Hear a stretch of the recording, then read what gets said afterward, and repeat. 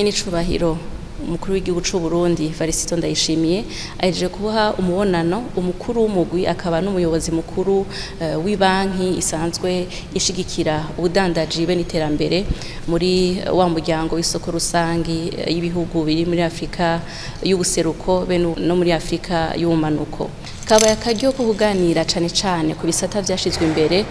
muri mu civugo c'inama y'abakuru b'ibihugu bagize uwo muryango, akaba ari igisata c'uburimyi, igisata c'ubutare n'agataka be n'igisata c'ingenzi, akaba ari n'ibisata vyashizwe imbere na leta y'u Burundi kugira ngo bishike kuri ryahangiro ry'imbona kazoza ry'u Burundi bwishira bukizana mu 2040 Uburundi buteye imbere mu 2060. Baganiriye ingene iyo banki isanzwe ishigikira ibihugu bigize uwo muryango eka n'ingene yoshigikira n'u Burundi kugira dushike kuri iyo hangiro. Mu vyo baganiriye umukuru w'igihugu c'u Burundi